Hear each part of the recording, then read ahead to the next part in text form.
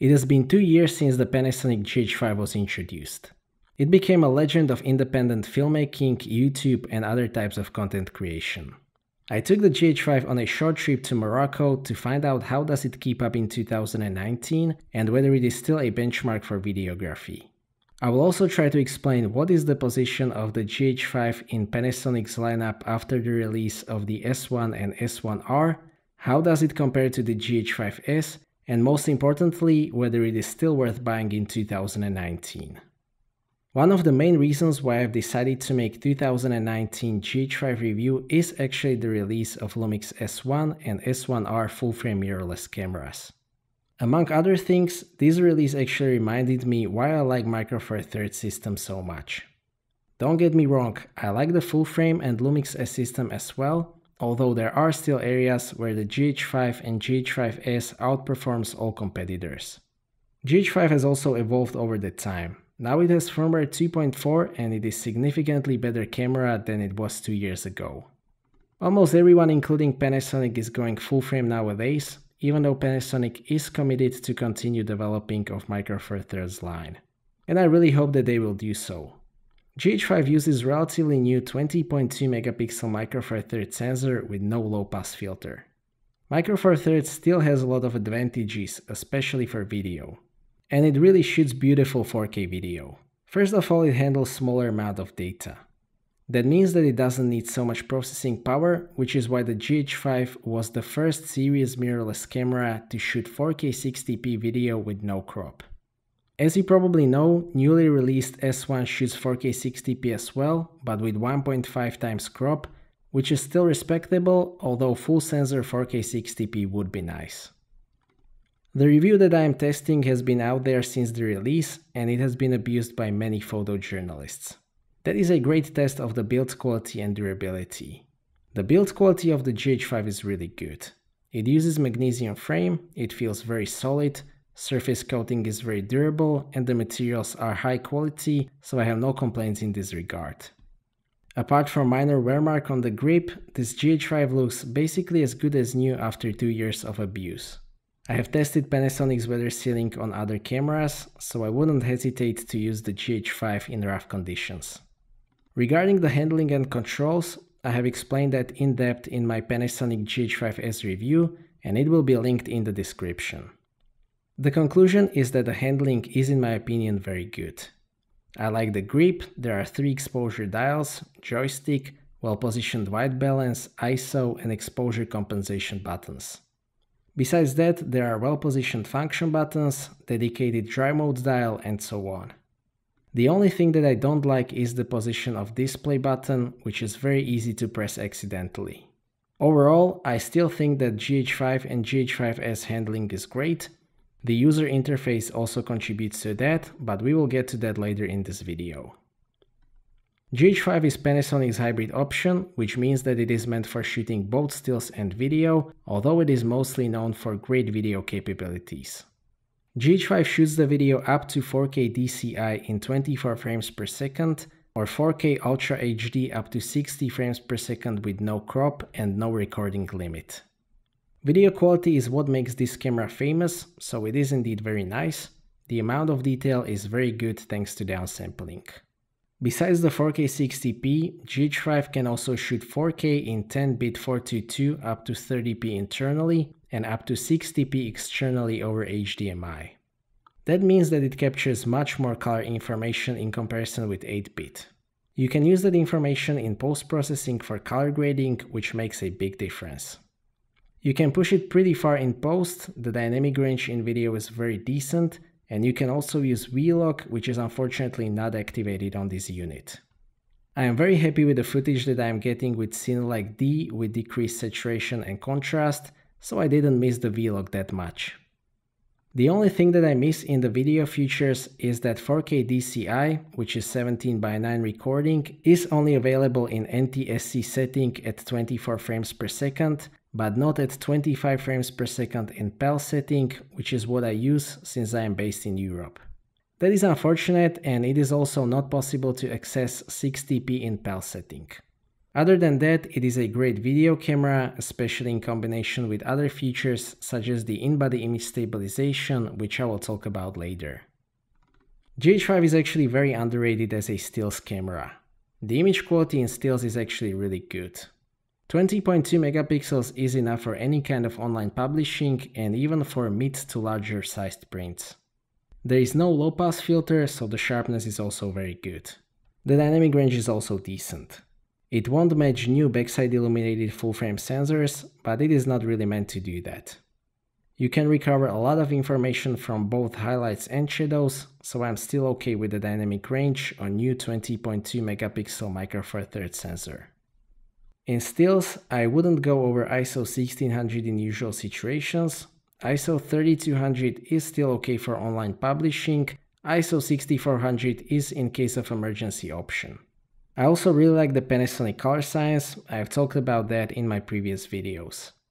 I think that the level of saturation and vibrance is very reasonable with Panasonic. Tones are a bit warmer, which I quite like as well. If you need to shoot in low light and you don't have artificial light or some very bright Micro Four Thirds lens, there is always an option to use Speed Booster. I use this budget-friendly Viltrox EF-M2, which basically concentrates more light onto the sensor if you use APS-C or full-frame lenses. The downside is that you will basically lose video autofocus. I have made a review of this speed booster on the G9 and it will also be linked in the description. The autofocus is also a crucial aspect of Panasonic cameras, so how does it work on the GH5 with firmware 2.4? Panasonic's autofocus doesn't have very good reputation, which goes back to the GH4. Even the GH5 autofocus with firmware 1.0 wasn't that great. With firmware 2.4, it is very good. Focusing from close distance to far distance works well with single point setting and without hunting thanks to the DFD system. Object tracking in my standardized watch tracking test is actually really impressive as well, as you can see here. To be honest, 2 years ago I probably wouldn't believe that Panasonic GH5 will be able to do this. There are also custom autofocus settings available for video, and these have quite significant impact. I recommend looking at those as well and trying them out, although the autofocus actually works pretty well in default setting. In stills, it is also very good for normal use and the tracking is also decent, although the G9 would be more suitable for shooting sports and wildlife. Another great feature of the GH5, which makes a big difference for both stills and video, is the in-body image stabilization. Panasonic is one of the pioneers of stabilized sensor. The in-body image stabilization in the GH5 is rated for 5 stops, and it helps a lot with non-stabilized lenses. Personally, if I intend to shoot video handheld, I always use Panasonic lens with image stabilization such as 12 to 60mm Leica or 12 to 35mm f2.8. As you have probably heard, those work together with in-body image stabilization and it makes the footage super smooth.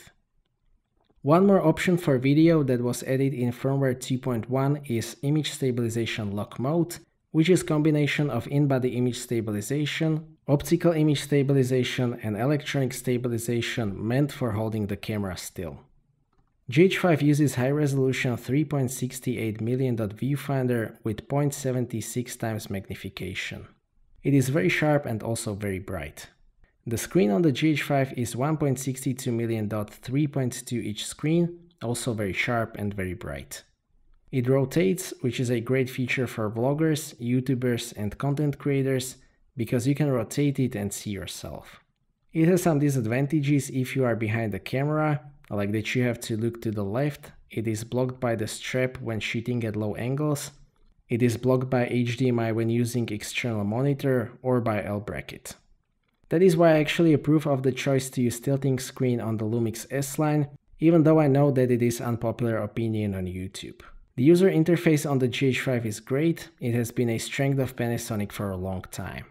It has great quick menu where you can change everything that you might need to change on the go, including picture styles and video modes. The main menu is well organized and optimized for the use of touchscreen. You can even make your own mind menu with frequently used settings, so big thumbs up for the user interface and touchscreen functionality. Another great feature is that the GH5 has 2 slots for UHS-2 SD cards, which is a requirement for a lot of shooters, especially for wedding and event shooters.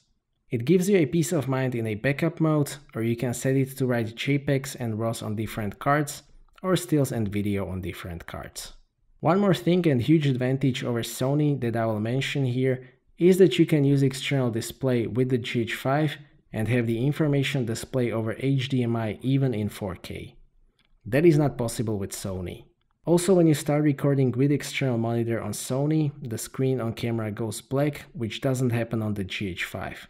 Sony definitely needs to fix that. GH5 also has full-size HDMI output, which I like a lot, and USB-C, but unfortunately it can't be used to charge the camera, so that is a bit of downside. The battery life is pretty good on the GH5 though. It uses BLF19E batteries, and 2 or 3 batteries should be enough for a full day of video shooting. That is a good result, and the battery group is also available. I've also been testing Panasonic S1R for the last couple of days, and it actually reminded me why I like the Micro Four Thirds system. S1 and S1R are great professional cameras with incredible sensors that keep most of Panasonic technologies that were used in the G9 and GH5. These are not trying to be small cameras at all, since they are designed as DSLR replacement. It shows us how much space you need for that technology and how much processing power is needed to cope with that amount of data coming from full-frame sensor. There is pretty huge difference between the GH5 with 12 to 60mm f2.8-4 and S1 with 24 to 105mm f4. The size advantage of Micro Four Thirds system is very convenient for traveling. I have definitely noticed that on my hike on Atlas in Morocco, so for travel filmmaking, the GH5 is still one of the best options out there. That is once again an evidence that every camera is a compromise. Full frame will provide better dynamic range, low light capabilities and high resolution, but with adequate size and processing power requirements. That is why choosing Micro Four Thirds for high-end indie filmmakers camera in 2017 was a great choice by Panasonic. It allowed the GH5 to have features such as 4K 60p and 4:2:2 recording. It even has 3 advantages over the S1 for shooting video. The first one is 4K DCI, but only in 24 frames per second. The second is 4K 60p with no additional crop. And the third is 400 megabits per second all-intra codec, although considering how good is 150 megabit per second long GOP, I don't use all-intra much.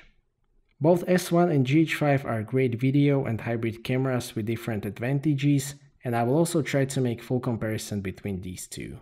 Last year I have also had an opportunity to test the GH5S, so how do these two compare? The main difference is the sensor and the lack of in-body image stabilization in the GH5S. GH5S uses 10.2 megapixel Micro Four Thirds sensor. It is also multi-aspect ratio sensor. That means that you will get the same diagonal field of view in 16:9, 17:9 or 4:3 anamorphic video. For further explanation of that, take a look at my GH5S review. GH5S is also better in low light because it has larger pixels and dual native ISO. GH5S is still no compromise option for video, but you will have to use it either on the gimbal or on tripod since there is no in-body image stabilization. Even though the GH5S only has 10.2 megapixel sensor, that is still enough for most types of online publishing. It also has 14-bit RAW capability and some of the best out-of-the-camera colors that I've ever seen. GH5 can also shoot 4K DCI in 25 frames per second. I like the video quality from the GH5S a bit more. 10-bit files contain more information and they can be pushed even further. Having said that, the video quality of the GH5 is still great, GH5S is just a little bit better. Choosing between the GH5 and GH5S mostly depends on how much you intend to shoot handheld, whether you need to shoot high-resolution stills, and whether you mind using gimbal or whether you intend to shoot in low light. All of the samples in this video were shot with Panasonic 12 to 35mm f2.8 Mark II, which is great all-round lens. It is small, sharp and silent, so it is ideal for travel filmmaking and photography. I will also make a comparison of this lens and Leica 12 to 60 soon. To sum up, is the GH5 still worth it in 2019? Yes, it is. It is more capable camera than it was 2 years ago thanks to the firmware updates. The autofocus was greatly improved and more functions have been added. GH5 provides a combination of full sensor 4K 60p 10-bit video, effective in-body image stabilization, and great handling. It is very capable stills camera as well. There is basically nothing that would point out that it is 2 years old. It really was ahead of its time, so even in 2019 it is still a great choice for filmmaking and hybrid shooting. So that's it for this video, thank you for watching. I hope that you liked this video and that you found it to be useful. Stay tuned for more videos and maybe consider subscribing if you don't want to miss my future content. I appreciate your feedback in form of thumbs up or thumbs down. If you would like to ask anything or share your opinion, please do so in the comment section, and see you next time.